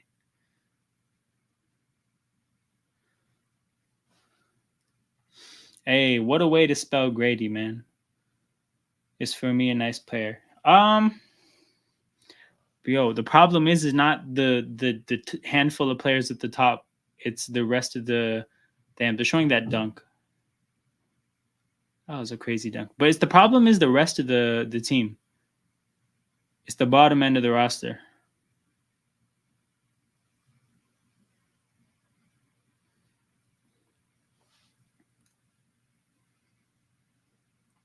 Grady developed well throughout the season. I think that's definitely the case for the better. That's the better case for development.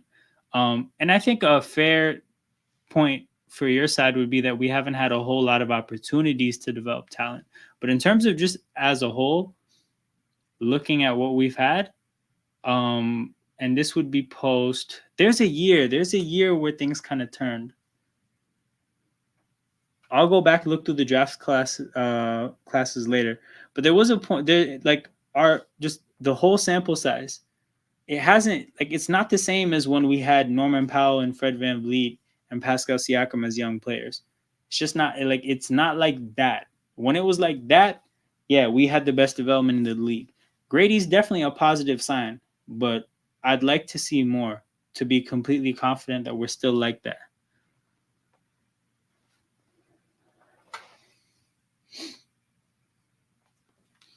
Actually, I could do that right now. Where is Raptors draft picks? No, I'll do selections. I don't want to see the past. Okay. So here it is. So let's say 2017 onwards. Is this visible? Actually, that's perfectly visible. So let's after 2017. So in the past, what is this? 7 years? DeJuan Hernandez, Jalen Harris, Malachi Flynn, David Johnson, Delano Benton, Scotty Barnes, Koloko, Grady, and we'll cut it there, right? Now, I think the fair criticism would be to say if you're looking at a 59th overall pick and then another 59th overall pick and then a 47th overall pick and a 46th overall pick and a 33rd overall pick, and you're looking at all these late picks and seeing that like we're not getting great players, it might be fair to say, hey, they're not particularly taking high. Like, look, let's look at Malachi Flynn, and you're talking about literally all these players are players that are outside of the top 28 picks of the draft, and the only players inside the top 28 are Scotty and Grady, and the development's gone okay with both of them. And that would be a fair thing to say. But that being said, I think peak Raptors development would have got something out of 33. And look, let's not even include Koloko. That's not even fair. I don't know why I clicked it. Would get something out of 46, 47, 29, 59, 59. Like old peak Raptors development would have got something. And unfortunately, we didn't get anything. Look who went undrafted. See, that's what I'm not going to do. That's what I'm not going to do. Is I'm not going to look at that because that will be tough.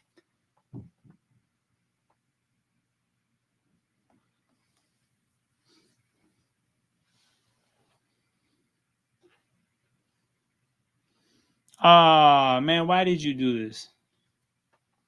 Why, bro? Why? I didn't need to see that.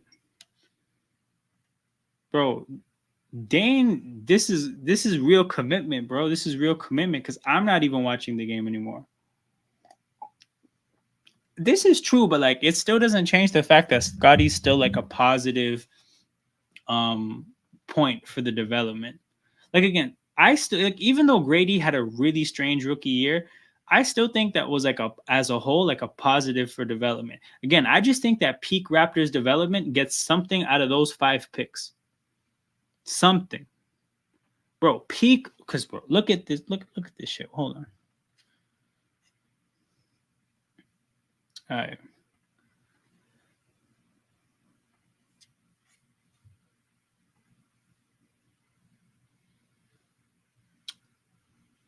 Oh, you know what's bullshit about this? It doesn't include trades. That's why Norman Powell isn't here. And that's probably why if you look at up here, it's just Walter and Mogbo. They don't actually show traded players. And that's just so stupid. Why would you not show traded players? That's really horrible. But yeah.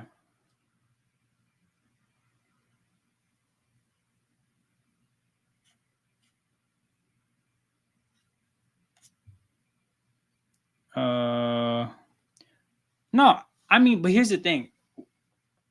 Us not really looking to develop is why we had bad draft picks. And I think that's fair. Like it's fair to say that we have bad draft picks because we were looking to cash in on draft capital to try to be good right now.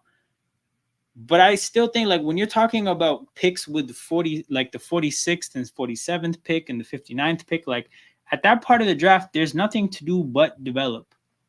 Like you're not making win now picks at 46 and 47. You're looking to get talent that maybe in 2 years time does something for you.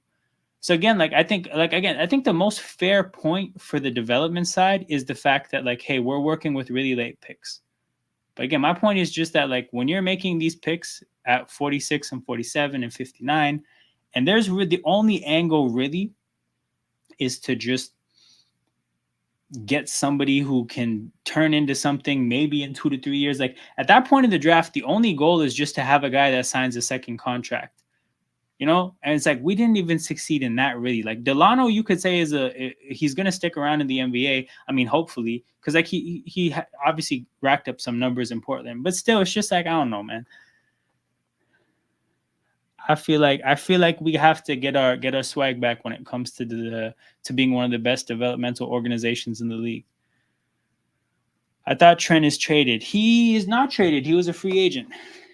Yeah. Because we traded Gravis Vasquez for him.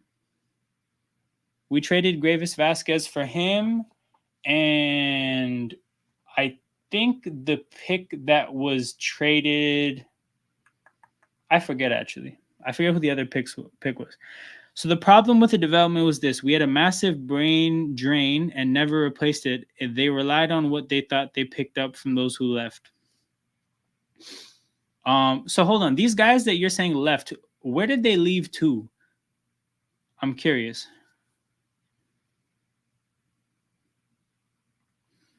Let's say Scotty Barnes, RJ Quickly, and Grady all get 2 points more this year. How many more wins is that going to translate compared to last year? That's a tough ass exercise, bro. But I get what you're saying. Not much. Yo, why is this stream doing numbers? Shout out to the 30 people watching right now. Hit that like button and subscribe to the channel. That's how you help a YouTube channel grow. And again, I don't know why you're here in the Watchalong live stream for a 40-point game, but help your boy out while you are here. If you will never click on this channel ever again, just hit that like button on your way out. This is how you end up trading 2 firsts and 2 seconds for Thad and Pirtle. Hey. They got hired. Mutombo went to the Suns. Stack got hired to the Grizz. Phil Handy joined the Lakers for a chip. No, yeah, I guess this is why, these updates are foul. 90, 91, 92.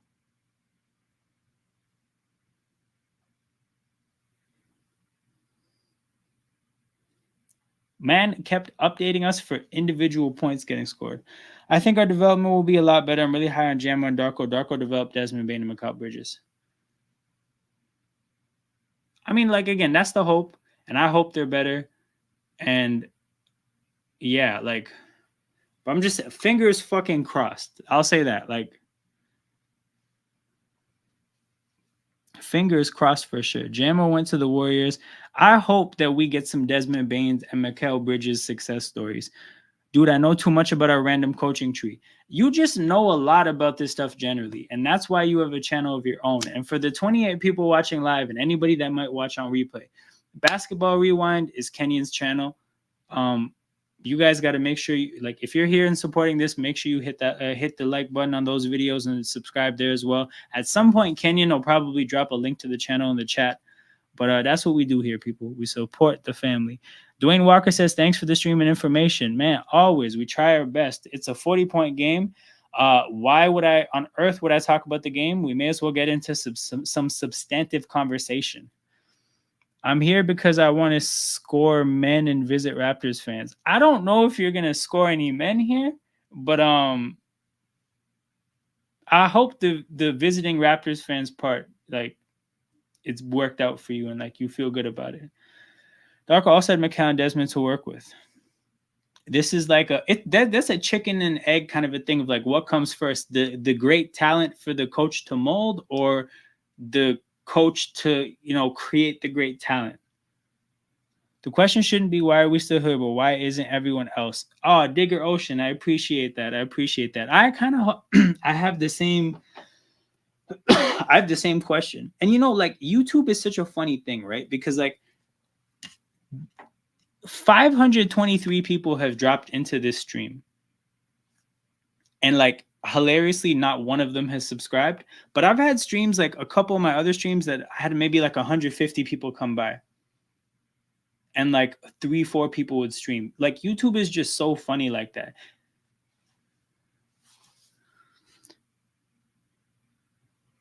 Man, hell no. They need to start Boucher Brown if they want to boost their value to trade them. If not, they're going to play Boucher. They should buy him up. You know what it is, though? Is like, I think with Boucher, like, he doesn't really fit Darko's, like, passing bullshit offense, right? I don't mean bullshit offense. I just mean, like, there's a whole lot of passing in this offense. I don't think he fits that. So, like, right or wrong, I think he's just going to not want him on the court. And then the problem with that is that if Darko looks at Chris Boucher being on the court as an inhibitor to him being able to coach and instill his offense, he's not going to play. His value is going to tank. I think his value tanked already last year. It can't really even get any lower. Like, my whole thing is either flip him for another contract that's of the same, like, value of maybe a player that you might even consider playing, or just, buy, like, get the money. Like if you're not gonna, the only purpose of having the money on the books would to trade would be to trade it. If you can't do that, you may as well buy him out. If you have a 15 interview process for coaching, but you bring in a dude who bets on himself to hire a dude who steals from other teams, next video crap. Oh, what was his name? Azultam? Oh, free Azultam. Free Azultam every time. Dude, I want a top 8 pick in this year's draft. That's it. They're going to buy out Timmy. And by the way, I'm a Miami Heat fan. Thanks for the shout-outs. My first time ever getting one. Man, this is where we do shout-outs. It's a very interactive live streaming outlet. I like my live streams to be a conversation between the chat and anybody on the stream. I think content where the person just talks at the audience is kind of trash. I think the back and forth value in any conversation is obviously like important, but also like I put it this way. If I say something that requires like that deserves to be like, you know, either checked or educated or like corrected, then I think everybody kind of stands to gain from that happening. Or if somebody attempts to like correct or educate something and they're wrong, then I think everybody benefits from me almost being able to tweak my point and what I have to say. So I think everything's better when it's conversational and back and forth. And to be honest, like I think even over the course of this stream, if you've been here for the last hour or so, you actually probably seen me live in real time kind of come to grips with the idea that like, oh, there are actually teams out there that I maybe wasn't completely aware of in terms of like how many players they had. Again, I'm aware of the quality of players, but I wasn't aware that they have 11 or 12 options and we only have 8. But I wasn't really considering that they had 11 or 12 options and how that kind of gives them a little bit more flexibility. That happens a lot with this format.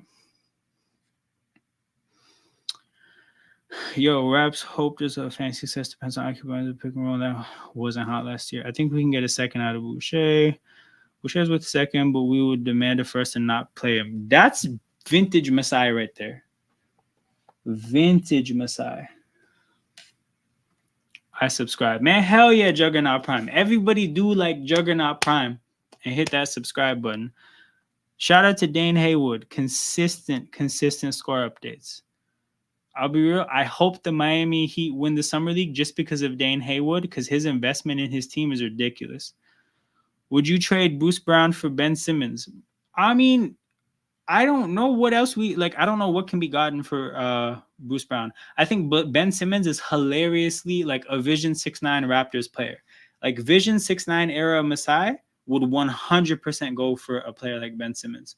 So like he might still get a itch, right? Like Masai, he might get withdrawal symptoms from not being able to draft like a 6'10" defender that can't play a lick of offense.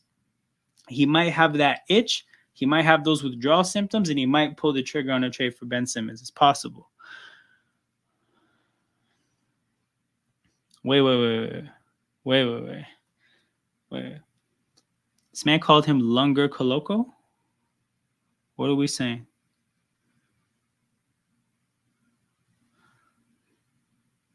I guess that's a typo. Raptors fans hold for me, Raptors main 10 players, you need a great coach. Is my thing. We don't have that many talented players. Honestly, I think that too. I agree, by the way. I agree. I mean, like, the pick in terms of value will be good. I mean, whether we cash in on the pick, we'll see. We are such a small team. We went from Division 6-9 to Division 6-4. Oh, I was saying that when I was watching the early Summer League games. We play a ton of 2-point guard lineups. Now, I'm not saying 2 like smaller guard lineups. I'm talking about 2 point guards like Shed, Carton, JFL. I mean, who's not like a point guard, but like sized like a point guard, right? There was somebody else. But, bro, we were playing a lot of tiny people. And I'm looking at our roster, right?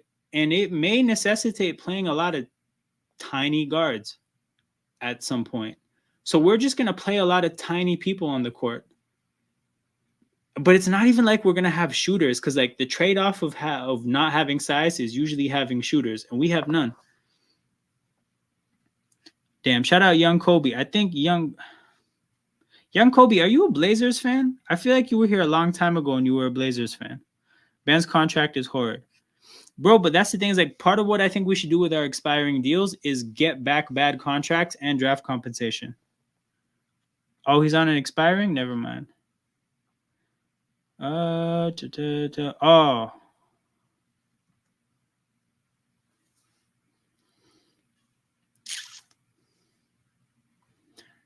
See, you educated me on this. I wasn't tapped in with this before. Bro, you know what it is? Shout out to the live stream we had during the preseason game, Wizards Raptors last year. A man got in the chat. This is when we didn't know what Coloco's issue was. A man got in the chat. I think his name was I forget his name completely. But he was so sure that he had tuberculosis, and it was the wildest thing I ever read. Like, you could pin a lot of things on a person. I think pinning tuberculosis on somebody is insane. But I was dying. It was a crazy stream. I just could not believe what I read. And then I think he called him tuberculoco, and that was crazy too. Some wild shit used to happen. We tried to do Vision 6 now, but had an addiction to small guards. Bro, for real. The Craig Porter dude was cool in your chat. Dude, I have him on Facebook still. I told him, I was like, if Craig Porter signs like a decent NBA contract and becomes like a steady NBA player, I'm cashing in that interview thing. Like, he said he'll get me an interview, and I'm holding him to it. Young Kobe is 100% creative. Oh, never mind. Young Kobe is not a Blazers fan. Damn, who was I confusing him with? There was a guy with a blue thing, a green thing like this that was a Blazers fan. I saw Raptor Slander write a 15-word Twitter thread about how he thought local. So that guy wasn't alone? Damn. That's crazy, bro. If you take the time out of your day to that deeply invest in suspecting somebody's health issues and then landing on one of the wildest things you could put on somebody, bro, you're a different kind of person. Oh, there's a lot of people? See, I didn't know. I think that's why I was dying so much, because it caught me so off guard. Bro, but that's why I was dying so much, because it was just so outrageous to me. Like, I really could not believe that somebody was seriously running with something like that.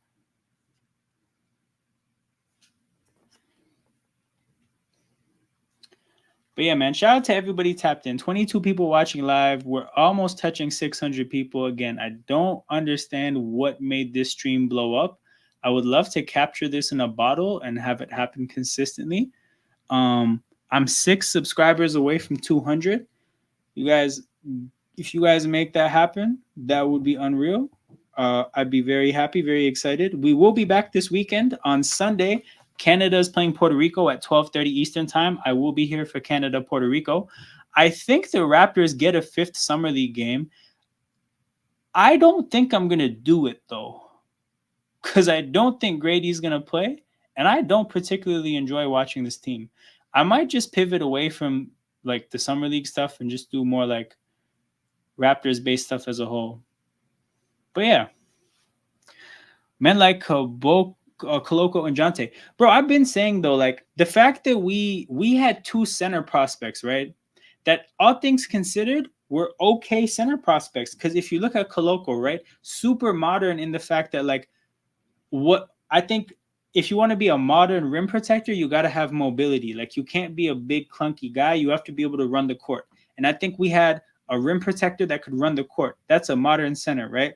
The other side of being a modern center is somebody who can shoot a little bit and can put the ball on the floor a little bit, can pass a little bit, right? We had 2 young modern centers, and we lost them both to nothing basketball related, right? And here's my thing, right? Think about this. Let me do some stats, some real-time analytics. Jonte Porter stats, right? I need you guys to look at something real quick. Jonte Porter totals, right? No, where is it? Jonte Porter shot 20 for 60 from 3. 20 for 60 from 3, 33%, right? Imagine what he would shoot if he wasn't missing threes on purpose. If he was trying to make every 3 that he was shooting, That's easily a 45% three-point shooter, bro. Don't play. Don't play. That's a 45% three-point shooter if he's actually trying to make his shots, but he was out here missing, man. That's what I'm saying. He had to make the spread. So we had two good, like, interesting prospects, modern centers, and we lost them to just not basketball related things, bro. It hurt my heart so much.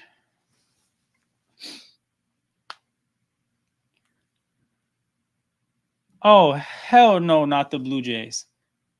Hell no. Man, it is summertime. I'm not wasting the summer on the Jays. Having to say, but you know what's crazy about Coloco is that he's trying to make a comeback. So he had his own personal doctor clear him. He's got to have an NBA doctor clear him, and then he can come back. But his agent planned workouts in Vegas. My problem is like his personal doctor that cleared him. I hope that's a good doctor. Because to be honest, I think if you look hard enough, you could find a doctor somewhere that would clear anything. So I just hope he went to somebody good.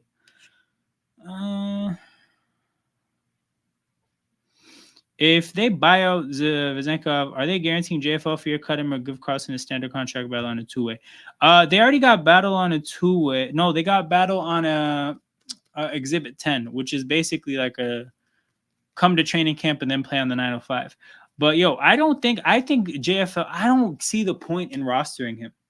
I just don't see enough secondary skills. He's not going to get enough shots to get buckets. He's also, I don't think, like, good enough to like actually like get buckets at the NBA level. There's not enough secondary skills to keep him on the court if he's not really getting buckets. Like, I think JFL is one of those players whose skill set plus like level of talent just doesn't really match. And he belongs, like, he's somebody who's going to play really, really well in Europe or really, really well in the G League or really, really well anywhere else but the NBA. But it's just not going to work in the NBA, I don't think. Damn, Heat Summer League team getting revenge for 2016. Yo, 2016 is when the Raptors won in 7 games, right? Random fun fact, people. I was at game 1 of that series when Kyle Lowry made the half-court shot. When he made the half-court shot and then we lost, peak depression as a sports fan. Peak depression because how good I felt when he made that shot, man, the fact that I had to go home after an L after that, I hated everything so much. Being a part of a crowd like that, being a part of a crowd like that was different. Andrew says I was at Game 7 of the Pacers series that year. So you know what it is? I think if you went to playoff games in that era of Raptors fandom, your love for the team is just different because like the environment of being a Raptors fan, it was just like, I don't know how to describe it, but it was just different.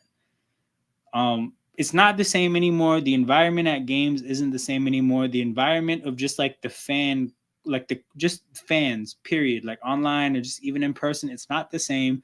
None of that shit's the same anymore. But like even the nostalgia of what it used to be like kind of sustains my fandom. Because to be honest, like I don't know, it's been a minute since the Raptors themselves have done something that really, really got me as a fan. But I'm just out here with so much just like they have so much credit of in the bank emotionally that I'm like, I'll sit here and wait through it. But bro, it was not the same. I asked JFL to pass the pepper, and he says, nah, that's my pepper. Yeah. ISO. Just him and the pepper, one-on-one. My friend went to game 5 of the finals when we lost and it rained hard, if you remember. Oh, so you know what's funny? I have a friend that went to game 2. No, what did he go? What games did he go to? He went to game 2 and game 5. So I shit you not, right? He went to the Raptors 2 losses in the finals. And I told this man, I looked him in his eyes and I said, bro, the Raptors are undefeated in franchise history in the finals when you're not there. And they're winless in franchise history in the finals when you are there. How does it feel to have spent that much money on finals tickets? And that's your stat personally. And I'll be real, I don't know. He seemed pretty sad when I said that. Kyle Lowry's my favorite player ever. Hell yeah. Yo, I had somebody, a Lakers fan, ask me like a couple weeks ago. He's like, what do you think of the Raptors giving Kyle Lowry a statue? Do you think they should do it? And I said, hell yeah. What the hell is the upside of not giving him a statue? What the hell? No. Give him that statue. I met Dr. Disrespect at game 2 of the finals. Oh shit. That's the guy who that's the wild boy from Twitch, right? That's Dr. Disrespect, aka Diddy Disrespect. That's who that is. All right, hold on. Let me see the tweet that you just put in the chat.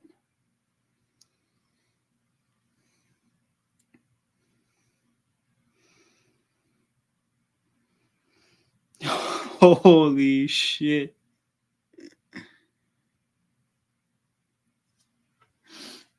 Certified streamer boy, certified pedophile. But yeah, this is a lot of coaches, and I think they look silly as hell all wearing the exact same uniform.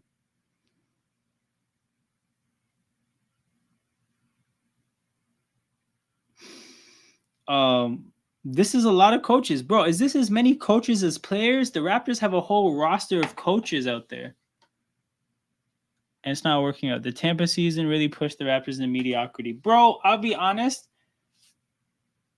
The championship push plus the resistance to trading our players is what pushed us into mediocrity.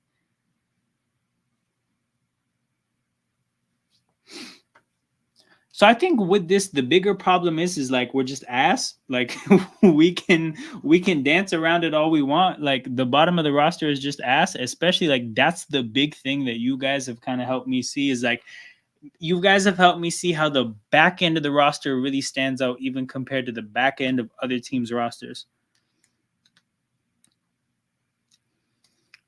Like I still like again I'm gonna have to think it through, but like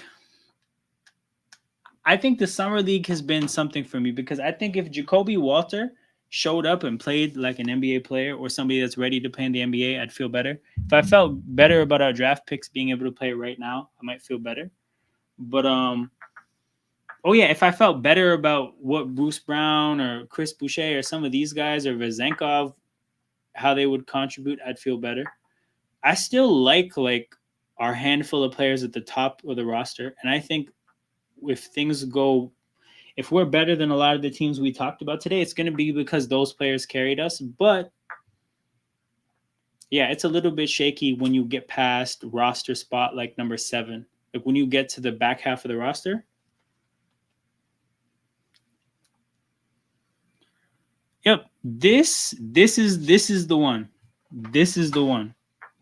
So that's why I said it was the championship plus the resistance to trading.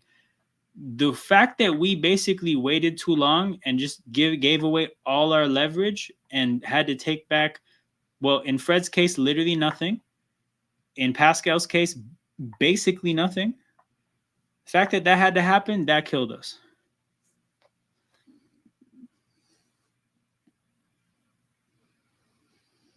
Now you just use Precious playing like it's a Freaky Friday by a civilian who's never played basketball mid play or 50-point game in Troy. Your Toronto Raptors team played good. You were a great team for trying their best, but hey, thanks for the fun game, bro. This is a lie. This is not even true. What is what you were putting the score updates the whole game. You put 90 to 51, 91 to 51, and then 92 to 51. You were putting the most disrespectful score updates in the chat, and he's trying to sit here and act like we played good. No, we played like ass.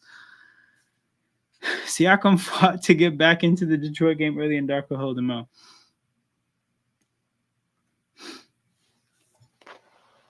Bro, you don't even have to ask this. So here's my thing. Okay, about that trade. Was a part of that trade acquiring a Canadian talent to tamper with Shai Gilgeous-Alexander? That's a serious question. It's a sad one, but it's a serious question.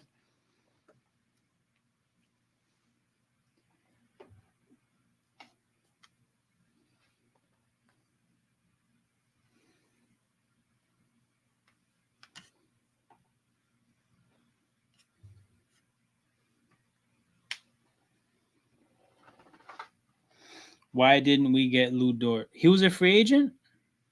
Oh, I get what you're saying in that sense. But bro, like I don't know. Sam Presti's too smart to give that shit up. Is Darko any good? So Darko comes with pretty bad defense as of last year. And I think that'll persist. Lots of passing, lots of assists. We actually broke our assist record against the Pistons last year. Um, Lots of passing, lots of assists. He comes with some pretty great like post game rants about officials. He comes with a lot of feel good stuff. Not He's definitely not a hard ass. He has a chain. He has a I don't know what is it called. Is it called the game day chain? He has a chain that a different player gets at the end of every game for doing some cool shit. And it's not even like being the best player. Like it's almost like it would be like best over performance.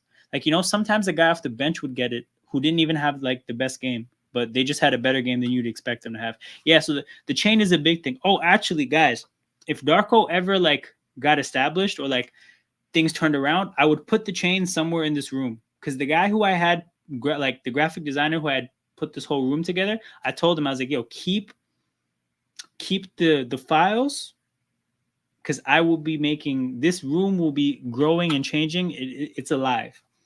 We're gonna continue to add to it. I think I would hang the chain off the basket right here. That's what I think I would do. Yeah, or off like the shelf over here.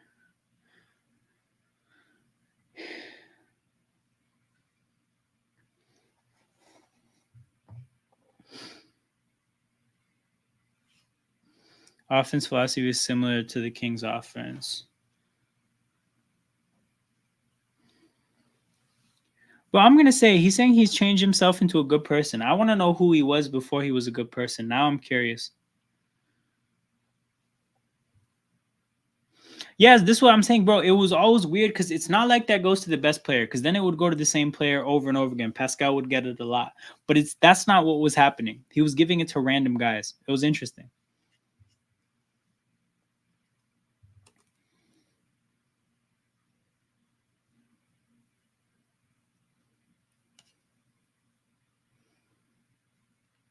If Raptors get Cooper flagged, they're legit back. Uh Remember he gave it to Dennis and then we traded him. Not really. Sometimes lying is bad. Cap. But you were lying in that message when you said we played a great game. I mean, yeah, but that's what the roster needs. The roster needs high end premier talent. So I mean, definitely that's one of the best options right now. Like, what better premier young talent do you see? The 17-year-old that went to the USA select team and played good ball. That's probably the one. But the game is over, people. The stream that I was watching the game on is now showing Canadian football, the CFL. We got some Winnipeg Blue Bombers against Saskatchewan. What are they? The Rough Riders? Yeah, that's what we got on the screen right now. I'm not going to be watching that game. I'm not even necessarily going to be streaming a lot longer. Shout out to everybody that tapped in. The chat was very active today. I learned a lot.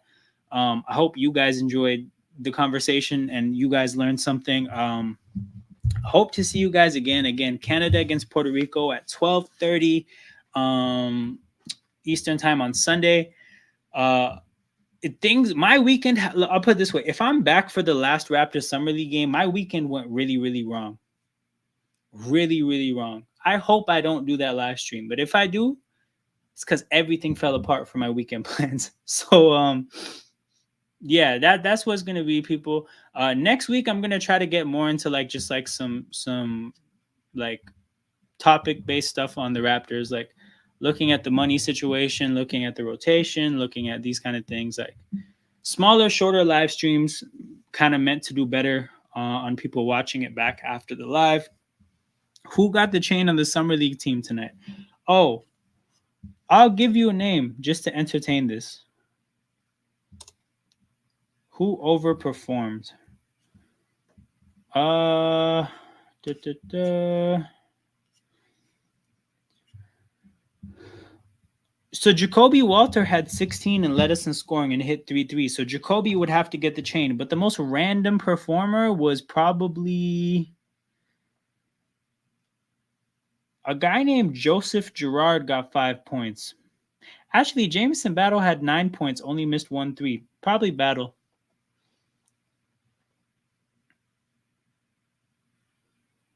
Are there any other sports other than the CFL where you can score on a miss? This is a very good point. This is a very good point.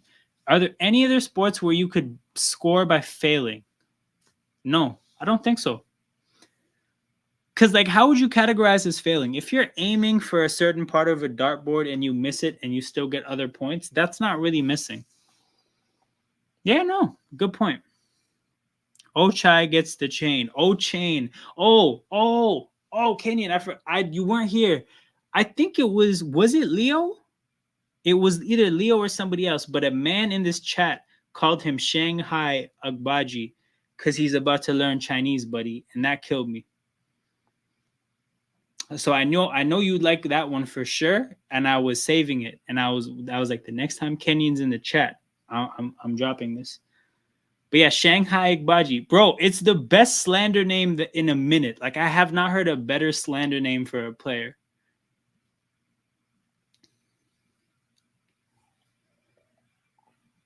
Because I was about to call him Ochain Obaji, and then I'm like, no. I have a better name. There's a better one.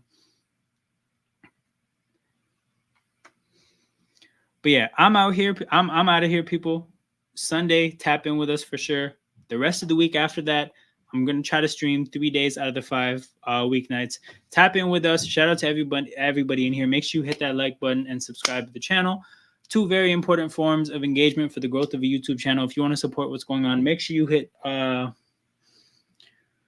changed the name to. Hell yeah, Team Canada is gonna be fun. But yeah, make sure you guys tap in. We will be here.